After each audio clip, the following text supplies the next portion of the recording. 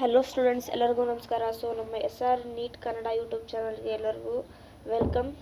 So ನಾನು sexual reproduction flowering plants ಲೆಸನ್ನಿಂದ ನಾನು 1 marks fixed questions means ಎಲ್ಲ ಎವ್ರಿ ಇಯರ್ ರಿಪೀಟ್ ಆಗೋ ಕ್ವಶನ್ಸನ್ನ ಮಾಡಿದ್ದೆ. ಸೊ ಇವತ್ತು ನಾನು ನೆಕ್ಸ್ಟ್ ಅದೇ ಲೆಸನ್ನಿಂದ ನಾನು ಸೆಕ್ಷುವಲ್ ರಿಪ್ರೊಡಕ್ಷನ್ ಫ್ಲವರಿಂಗ್ ಪ್ಲಾಂಟ್ಸ್ ಅಂತಲೇ ಫಿಕ್ಸ್ಡ್ 2 ಮಾರ್ಕ್ಸ್ ಕ್ವಶನ್ಸನ್ನು ಸಾಲ್ವ್ ಮಾಡ್ತಾ ಇದ್ದೀನಿ.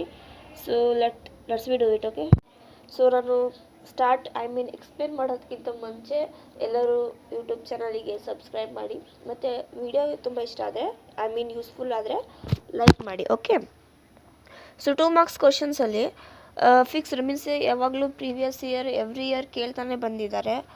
ಸೊ ಇದನ್ನು ನೀವು FA1 ಯೂನಿಟ್ ಟೆಸ್ಟ್ 1ಗೆ ನೀವು ಓದ್ಕೊಂಡ್ರೆ 2 marks you can easily score ಅಂತ ನಾವು ಹೇಳ್ಬೋದು. ಸೊ ನಾನು ಕ್ವಶನ್ಸ್ ಹೇಳ್ತಾ ಹೋಗ್ತೀನಿ, ಆನ್ಸರ್ ನಿಮಗೆ ಇಲ್ಲಿ ಕೊಟ್ಟಿದ್ದೀನಿ ನಾನು ಡಿವೈಸಲ್ಲಿ. ಸೊ ನಿಮಗೆ ಕಾಣ್ತಿರ್ಬೋದು, you can see that the answers. So ನಾನು ಆನ್ಸರ್ಸ್ ಎಲ್ಲ ರಿಪೀಟ್ ಎಕ್ಸ್ಪ್ಲೇನ್ ಮಾಡೋದಕ್ಕೆ ಹೋಗಲ್ಲ. ಸೊ ನೀವು ಆನ್ಸರ್ಸ್ ನೋಡಿ ಪ್ರಾಕ್ಟೀಸ್ ಮಾಡ್ಕೊಳ್ಳಿ, ಯಾಕಂದರೆ ಕಾಲೇಜಲ್ಲಿ ಎಲ್ಲ ಹೇಳಿರ್ತಾರೆ. ಸೊ ಇವಾಗ I didn't have a time, so ನಾನು ಕ್ವಶನ್ಸನ್ನು ಮಾತ್ರ ಎಕ್ಸ್ಪ್ಲೇನ್ ಮಾಡ್ತೀನಿ. ಓಕೆ, ಸೊ ನೋಡಿ, first question, what is a false fruit? False fruit ಅಂದರೆ ಏನು ಮತ್ತು ಅದಕ್ಕೆ ಎಕ್ಸಾಂಪಲ್ ನೋಡ್ಕೊಳ್ಳಿ. ಅದಾದಮೇಲೆ ಇಲ್ಲಿ ಡೆವಲಪ್ಮೆಂಟ್ ಸೀಕ್ವೆನ್ಸ್ ಕೊಟ್ಟಿದ್ದಾರೆ. ಇದರದ್ದು ಪೊಲನ್ ಗ್ರೈನಿಂದು, ಸ್ಪೋರೋಜಿನಸ್ ಟಿಶ್ಯೂದು, ಮೈಕ್ರೋಸ್ಪೋರ್ ಟೆಟ್ರಾಡು, ಪೊಲನ್ ಮದರ್ ಸೆಲ್ಲು ಮತ್ತು ಮೇಲ್ ಗ್ಯಾಮೆಟ್ಸಿಂದು ಇದ್ರದ್ದು ಸೀಕ್ವೆನ್ಸ್, ಅದು ಸ್ಟೆಪ್ ಬೈ ಸ್ಟೆಪ್ ಯಾವ್ಯಾವು ಎದರಿಂದ ಫಾರ್ಮೇಷನ್ ಆಗುತ್ತೆ ಸ್ಟೆಪ್ ಬೈ ಸ್ಟೆಪ್ ಸೀಕ್ವೆನ್ಸನ್ನು ನೋಡ್ಕೊಳ್ಳಿ, ಇಲ್ಲಿ ಕೊಟ್ಟಿದ್ದೀನಿ ಡಿವೈಸಲ್ಲಿ. ನೆಕ್ಸ್ಟ್ ಥರ್ಡ್ ಕ್ವಶನ್ನು, ಪಾರ್ಥೆನೋಕಾರ್ಪಿಕ್ ಫ್ರೂಟ್ಸ್ ಅಂದರೆ ಏನು?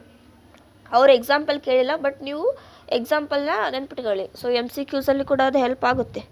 Okay, next fourth, double fertilization ಅಂದರೆ ಏನು?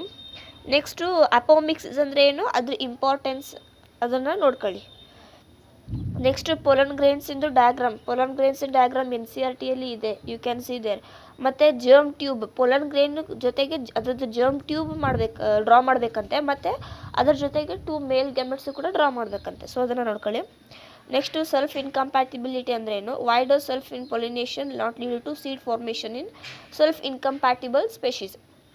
ಸೆಲ್ಫ್ ಪೊಲಿನೇಷನ್ನು ಸೀಡ್ ಫಾರ್ಮೇಷನ್ನಲ್ಲಿ ಸೆಲ್ಫ್ ಪೊಲಿನೇಷನ್ ಅಂದರೆ why do self pollination not lead to seed formation? Self ಪೊಲಿನೇಷನ್ನು ಸೀಡ್ ಫಾರ್ಮೇಷನ್ನಲ್ಲಿ ಫಂಕ್ಷನ್ ಮಾಡಲ್ಲ, ಅದು ಫಾರ್ಮೇಷನ್ ಮಾಡೋದಕ್ಕೆ ಹೆಲ್ಪ್ ಮಾಡಲ್ಲ. ಯಾಕೆ? ಇನ್ಕಂಪ್ಯಾಟಿಬಲ್ ಸ್ಪೆಷೀಸಲ್ಲಿ ಸೆಲ್ಫ್ ಪೊಲಿನೇಷನ್ನು ಸೀಡ್ ಫಾರ್ಮೇಷನ್ ಆಗೋದಕ್ಕೆ ಬಿಡಲ್ಲ, ಯಾಕೆ ಅಂತ ಕೇಳಿದ್ದಾರೆ. ಇಲ್ಲಿ ಡಿವೈಸಲ್ಲಿ ಕೊಟ್ಟಿದ್ದೀವಿ, ನೋಡ್ಕೊಳ್ಳಿ. ನೆಕ್ಸ್ಟ್ ಬ್ಯಾಗಿಂಗ್ ಟೆಕ್ನಿಕ್ ಅಂದರೆ ಏನು? ಇದು ಲಾಸ್ಟ್ ಟಾಪಿಕ್ಕು ಈ ಲೆಸನ್ನಲ್ಲಿ. ಸೊ ಇದು ಎಲ್ಲರಿಗೂ ಇಂಪಾರ್ಟೆಂಟ್, ಇಮ್ಯಾಸ್ಕುಲೇಷನ್, ಬ್ಯಾಗಿಂಗ್ ಇದೆಲ್ಲ ನೋಡ್ಕೋಬೇಕು. ಆಮೇಲೆ how it is useful in plant breeding programs, plant breeding ಪ್ರೋಗ್ರಾಮ್ಸಲ್ಲಿ ಇದು ಹೇಗೆ ಯೂಸ್ಫುಲ್ ಇದೆ ಅದನ್ನು ನೋಡ್ಕೊಳ್ಳಿ. Next 9th question, triple fusion ಅಂದರೆ ಏನು? ನಿಮಗೆ ಗೊತ್ತು, ಡಬಲ್ ಫರ್ಟಿಲೈಸೇಷನ್ ಅಂದರೆ ಏನು, ಟ್ರಿಪಲ್ ಫ್ಯೂಷನ್ ಅಂದರೆ ಏನು, ಮತ್ತು ಸಿನ್ಗ್ಯಾಮಿ ಅಂದರೆ ಏನು, ಅದನ್ನು ಸ್ವಲ್ಪ ನೋಡ್ಕೊಳ್ಳಿ. ಆಮೇಲೆ where how and it takes place, ಅದು ಎಲ್ಲಿ ಅಕ್ಯೂರ್ ಆಗುತ್ತೆ ಮೀನ್ಸ್ ಎಲ್ಲಿ ಡೆವಲಪ್ ಆಗುತ್ತೆ ಅದು. ಆಮೇಲೆ name the nuclei involved in triple ಫ್ಯೂಷನಲ್ಲಿ ಏನು ನ್ಯೂಕ್ಲಿಯೈ ಇನ್ವಾಲ್ವ್ ಆಗಿದೆ, ಆ ನ್ಯೂಕ್ಲಿಯೈನ ನೇಮ್ ಏನು ಅದನ್ನು ನೆನ್ಪಿಟ್ಕೊಳ್ಳಿ. ಸೊ ಏನು ನ್ಯೂಕ್ಲಿಯೈ ನೇಮ್ ಏನದು? PE ಹೇಳ್ಬೋದಾ? ಪ್ರೈಮರಿ ಎಂಡೋಸ್ಪರ್ಮ್ ನ್ಯೂಕ್ಲಿಯಸ್ ಅಂತ. Next 10th question, why do you think the zygote is dominant for some time in a fertilised ಓವಿಯಲ್?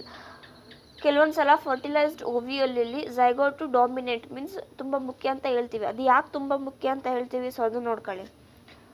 ಆಮೇಲೆ 11th ಕ್ವಶನ್, ಡಿಫ್ರೆನ್ಷಿಯೇಟ್ ಬಿಟ್ವೀನ್ ಹೇಳ್ತಾರೆ. ಹೈಪೋಕೊಟೈಲ್ ಮತ್ತು ಎಪಿಕೊಟೈಲ್ ಡಿಫ್ರೆನ್ಷಿಯೇಟ್ ಬರೀರಿ. ಆಮೇಲೆ ಕೊಲಿಯೋಪ್ಟೈಲ್ಸ್ ಮತ್ತು ಕೊಲಿಯೋರೈಸರ್ ಡಿಫ್ರೆನ್ಸು, ಮತ್ತು ಇಂಟೆಗ್ಯುಮೆಂಟು ಮತ್ತು ಟೆಸ್ಟ್ ಅದು. ನೆಕ್ಸ್ಟು ಪೆರಿಸ್ಪರ್ಮು ಮತ್ತು ಪೆರಿಕಾರ್ಪಿಂದು ಇವೆರಡು ಡಿಫ್ರೆನ್ಸ್ನ ನೋಡ್ಕೊಳ್ಳಿ. ನೆಕ್ಸ್ಟು ಆಮೇಲೆ ಫಾಲ್ಸ್ ಫ್ರೂಟು ಟ್ರೂ ಫ್ರೂಟ್ ಅದು ಡಿಫ್ರೆನ್ಸ್ ಕೂಡ ನೋಡ್ಕೊಳ್ಳಿ. ನೆಕ್ಸ್ಟ್ ನೋಡಿ, ಆ್ಯಪಲ್ ಅನ್ನೋದು ಫಾಲ್ಸ್ ಫ್ರೂಟ್ ಯಾಕೆ ಅಂತ ಕೇಳಿದ್ದಾರೆ. Next which part of the flower forms the fruit? ಫ್ಲವರಲ್ಲಿ ಯಾವ ಪಾರ್ಟು ಫ್ರೂಟನ್ನ ಫಾರ್ಮೇಷನ್ ಮಾಡುತ್ತೆ ಅದನ್ನು ಕೇಳಿದ್ದಾರೆ. ಯಾವ್ದು ಫಾರ್ಮೇಷನ್ ಮಾಡುತ್ತೆ? ಥ್ಯಾಲಮಸ್ ಫಾರ್ಮೇಷನ್ ಮಾಡುತ್ತೆ.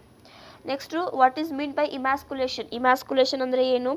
When and why does a plant breeder employ this technique? ಯಾಕೆ ಪ್ಲ್ಯಾಂಟ್ ಬ್ರೀಡರು ಪ್ಲ್ಯಾಂಟ್ ಮೇಲೆ ಇದನ್ನು ಅಪ್ಲೈ ಮಾಡ್ತಾರೆ, ಯಾವಾಗ ಅಪ್ಲೈ ಮಾಡ್ತಾರೆ ಅದ್ರ ಬಗ್ಗೆ ಇನ್ಫಾರ್ಮೇಷನ್ ಪೂರ ತಿಳ್ಕೊಳ್ಳಿ. Next explain the role of tapetum in the formation of a pollen grain wall?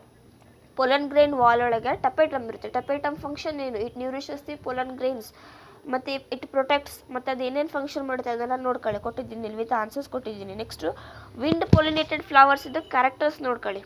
Wind pollinated ಫ್ಲವರ್ಸಿಗೆ ಆಲ್ಸೋ ನಾವೇನಂತ ಕರಿತೀವಿ, ಅನಮಫಲಸ್ ಫ್ಲವರ್ಸ್ ಅಂತ ಕೂಡ ಕರಿತೀವಿ. ಅದರದ್ದು ಕ್ಯಾರೆಕ್ಟರ್ಸ್ ನೋಡ್ಕೊಳ್ಳಿ.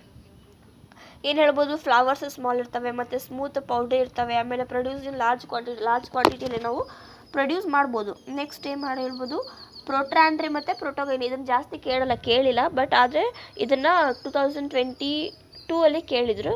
ಸೊ ಹಾಗಾಗಿ ಈ ಕ್ವಶನನ್ನು ನೋಡ್ಕೊಳ್ಳಿ, ಏನು ಪ್ರೋಟ್ರಾಂಡ್ರಿ ಮತ್ತು ಪ್ರೋಟೋಗೈನಿ. ಓಕೆ, ಇದ್ರ ಡಿಫ್ರೆನ್ಸ್ ನೋಡ್ಕೊಳ್ಳಿ. ನೆಕ್ಸ್ಟು ಕ್ಲಿಸ್ಟೋಗ್ಯಾಮಸ್ ಫ್ಲವರ್ಸ್ ಅಂದರೆ ಏನಾದರೂ ನೋಡ್ಕೊಳ್ಳಿ. ಅದ್ರ ಜೊತೆಗೆ ಕ್ಲಿಸ್ಟೋಗ್ಯಾಮಸ್ಸು ಮತ್ತು ಚಾಸ್ಮೋಗ್ಯಾಮಸ್ ಫ್ಲವರ್ ಕೂಡ ನೋಡ್ಕೊಳ್ಳಿ. ಆಮೇಲೆ can cross pollination occurring cleistogamous flowers. Cross ಪೊಲಿನೇಷನ್ನು ಕ್ಲಿಸ್ಟೋಗ್ಯಾಮಸ್ ಫ್ಲವರ್ಸಲ್ಲಿ ಆಗುತ್ತಾ? ಆಗಲ್ಲ. ಅದು ರೀಸನ್ ಯಾಕಂತ ಕೇಳಿದರೆ, ಯಾಕಂದರೆ ಕ್ಲಿಸ್ಟೋಗ್ಯಾಮಸ್ ಫ್ಲವರ್ಸ್ ಅಂದರೆ ಎಕ್ಸ್ಪೋಸ್ಡ್ ಆ್ಯಂಥಸ್ ಮತ್ತು ಸ್ಟಿಗ್ಮಾ ಇರುತ್ತೆ, ಅಂದರೆ ಅದು ಯಾವಾಗಲೂ ಕ್ಲೋಸ್ ಇರುತ್ತೆ, ಓಪನ್ ಆಗಿರಲ್ಲ ಅಂತ ಹೇಳ್ಬೋದು. ಸೊ ಈಸಿಯಾಗಿ ನೀವು ಬರಿಬೋದು. ಆಮೇಲೆ next mention 2 strategies involved to prevent self pollination flowers. ಒಂದು ಫ್ಲವರಲ್ಲಿ ಸೆಲ್ಫ್ ಪೊಲಿನೇಷನನ್ನು ಅವಾಯ್ಡ್ ಮಾಡಬೇಕಂದ್ರೆ 2 ಸ್ಟ್ರಾಟಜೀಸ್ ಇರ್ತವೆ, ಮೀನ್ಸ್ 2 ಮೆಥಡ್ ಇರ್ತವೆ. ಅವು ಯಾವ್ಯಾವ ಅಂತ ಬರೀರಿ. ಯಾವ್ದು ಹೇಳ್ಬೋದು, ಡಿಕ್ಲೈನಿ, ಹರ್ಕೋಗಾಮಿ, ಅಥವಾ ಬೇರೆ ಯಾವುದು,